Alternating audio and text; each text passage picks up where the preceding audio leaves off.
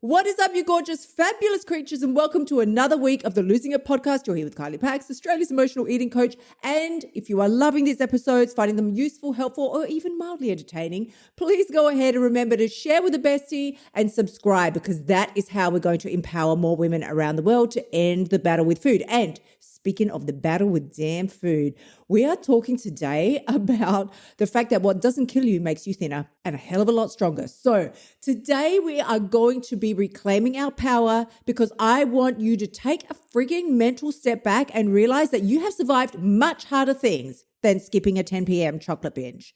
I'm going to help you today just really ignite that emotional clarity, start building some damn self-trust, and let you see that you have overcome much, much harder things in your life than this issue that we think is our whole world, which is emotional eating. So, babe, I would honestly say that if chocolate had a voice, it would probably say that you need me to feel better. You need me. You can't do this on your own. You can't do life without me. But the truth is, honey, you've already survived way worse, and you didn't need a Kit Kat then either. So, honey, when I say what doesn't kill you makes you thinner, it has always been not about your weight, but about your self-worth.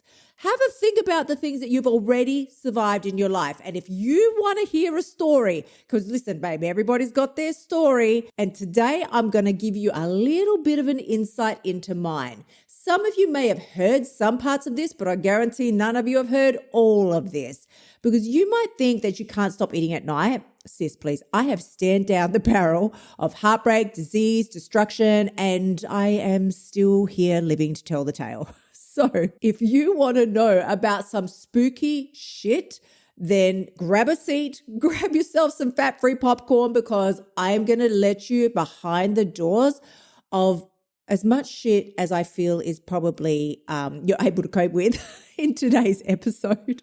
So let's just dive right on in. I always say that I had like a fairy tale upbringing. It was like a Disney movie. My parents were amazing, and they were. It was great. The family life in and of itself was beautiful, and I was very lucky and very blessed. And also, nobody's story is without skeletons in their closet. There was some shit going on that my parents still don't know about. My mum's here. My mum's not here. Sorry. My mum's not here. So that's easy to hide it from her. And my dad will never hear about this episode, so it's okay. But I was sexually assaulted between the ages of 10 to 17. There were two of them. They were brothers. Now, I started binge eating around the age of 10, and it's no surprise why. It was a coping mechanism. I didn't realize that at the time. It's very clear to see now when you write this shit down on paper. Oh, shocking. Now I see the connection. But I never realized that before. So at 17, I was actually raped by one of their best friends. I blamed myself. I blamed myself because I was at a party and I tried alcohol for the first time. I didn't tell a soul. I kept it quiet for about 30 years before I even uttered a peep. And of course, the binge eating escalated around that time. So then in my mid-20s, I was diagnosed with lupus, and the doctor told me back then that I was going to be in a wheelchair by Christmas time. I refused to let that be how my story ended. I was divorced in my early 40s and in financial ruin by 43.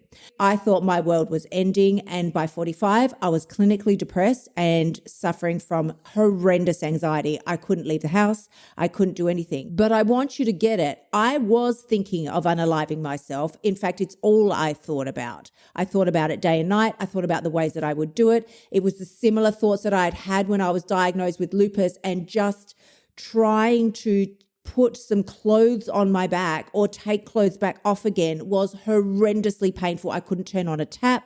I couldn't dress myself. Walking down the hallway just was unbelievably painful. Like I would just cry and cry because every tiny little bone in my feet hurt. It was inflamed and in agony. And be clear, there are hundreds of bones in your feet. So the pain was more than I could stand. And I'd been through this several times in my life with the sexual assault, with the lupus, with the divorce. This was not unfamiliar to me, but nonetheless, it didn't mean that I was feeling like I was going to be able to fight this and this would be amazing and look at me, I'll just rise like a fucking phoenix from the ashes. That was never the case. So here we are. Now I hit 46 and I realize this is something I can handle. This is something I can do. Who the fuck do I think I am? I'm fucking amazing. I'm a child of God. I can overcome anything that I set my mind to.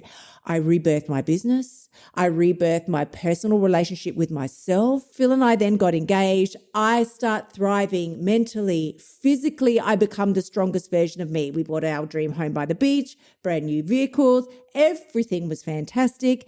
And then challenge number 1 billion in my life decided to arrive. There was a person in our lives, when I say our, mine and Phil, who didn't want Phil, but also didn't want me to have Phil.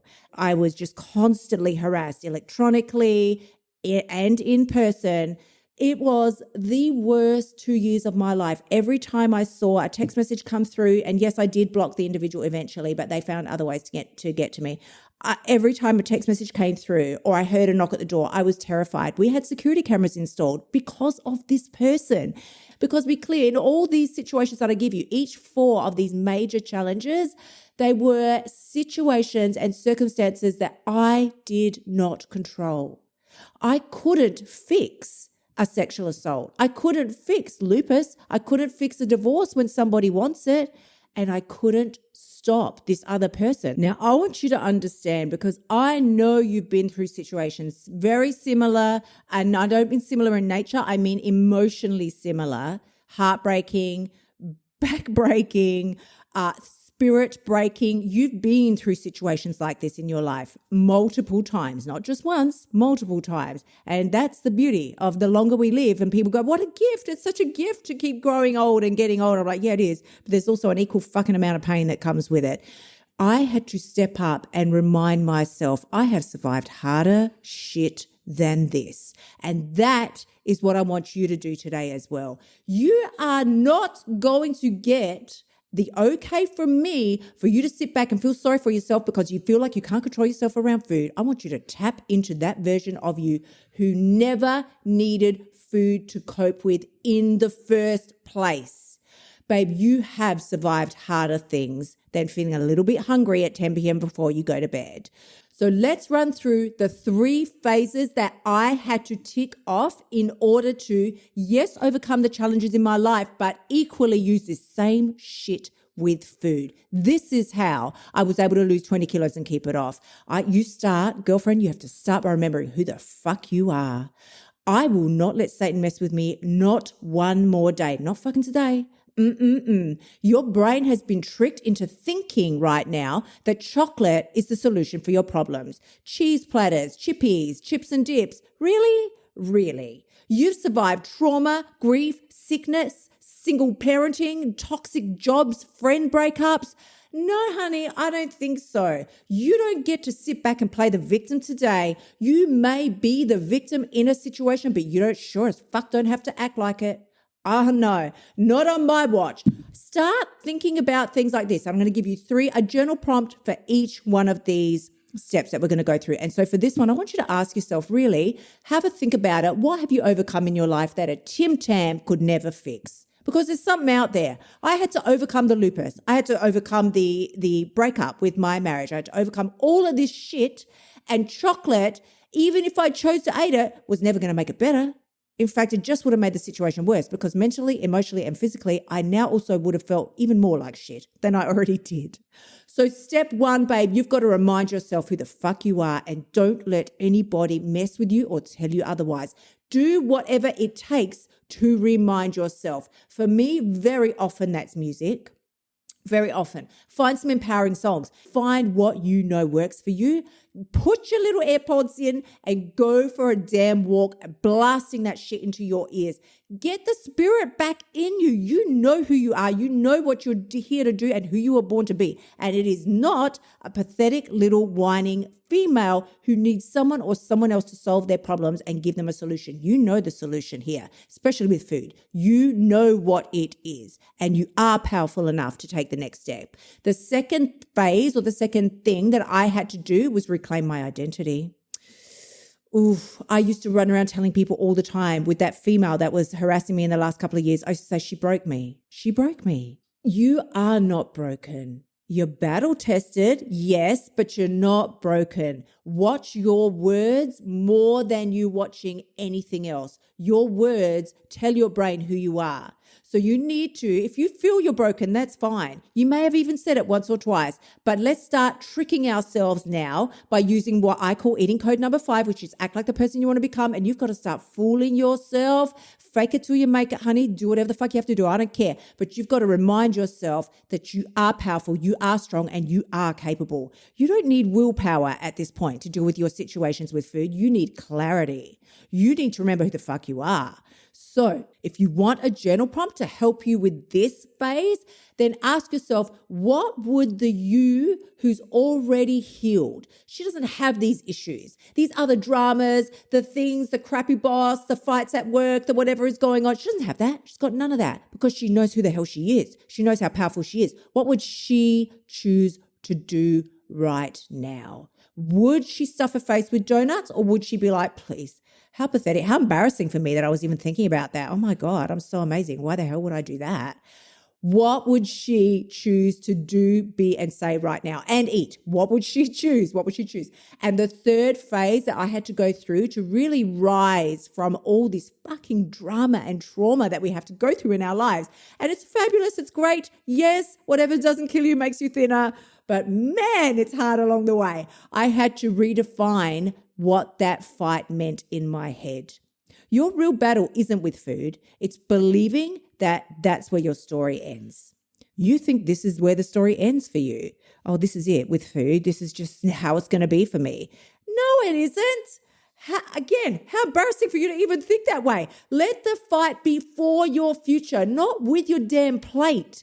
Start getting very clear on who it is that you want to be. And if you haven't got my bombshell journals yet and the planner so that you can get complete clarity around what that 10x version of you does, who she is, how she looks, what choices she makes each day, why she even cares about that shit to start with. If you want someone to hold your hand and keep you accountable, you need that journal in your life. So you can get that inside of the Bombshell Blueprint. Just click the link in the show notes or head over to kyliepax.com/blueprint because that's where it's all living. But another quick, really easy prompt that you can use today to help give yourself clarity around that is, what if every time you actually wanted to eat emotionally, out of frustration, out of annoyance, out of just maybe even happiness, but you know that you really don't need that right now. What if it was actually a sign to act like the woman that you are supposed to be? Stand in the shoes of the woman that you were put here to be. Start remembering what your superpower is and why what you've got to say and who you are is fucking important in this life. There are people who need you in this world. There are people who rely on you. And I'm not even necessarily talking about children. Anybody who has a social profile these days is being watched by somebody. You're an example for someone somewhere, and it's time for you to pull your socks up, honey. Look, you don't need another meal plan. You need somebody to remind you that you are a powerful, strong-ass bombshell, and it's time for you to come home to yourself and fucking remember that. Babe, life didn't break you. And if that chocolate bar is still calling your name, just tell it you've got better things to answer to because that is no longer going to be your vibe. So I want to leave you today with a final journal prompt, just something that I was thinking about this morning. There's always ways for you to make this work. So whether you're using my free course and getting the eating codes that way, or whether you've got the entire blueprint and you're with me inside of the Bombshell Blueprint, just have a think. What would need to happen for you today in order for you to start building a relationship with yourself instead of avoiding one by using food?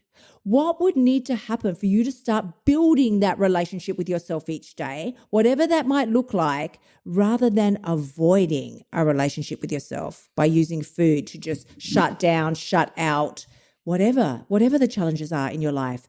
I would just want you to hear what I went through today, knowing that I went through these things and still came out the other side. It didn't break me.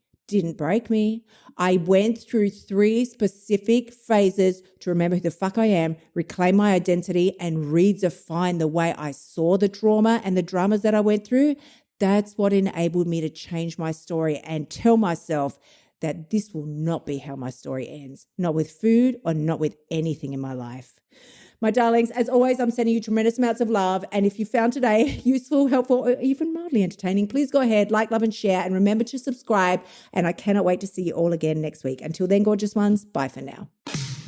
Thank you so much for tuning in. Remember to shimmy your butt over to kyliepax.com and join me inside of the Bombshell Blueprint so you can stop emotional eating and start losing your weight now. You'll also find helpful notes and resources inside my past podcasts that will help you lose your weight without losing your sanity. I will see you next week.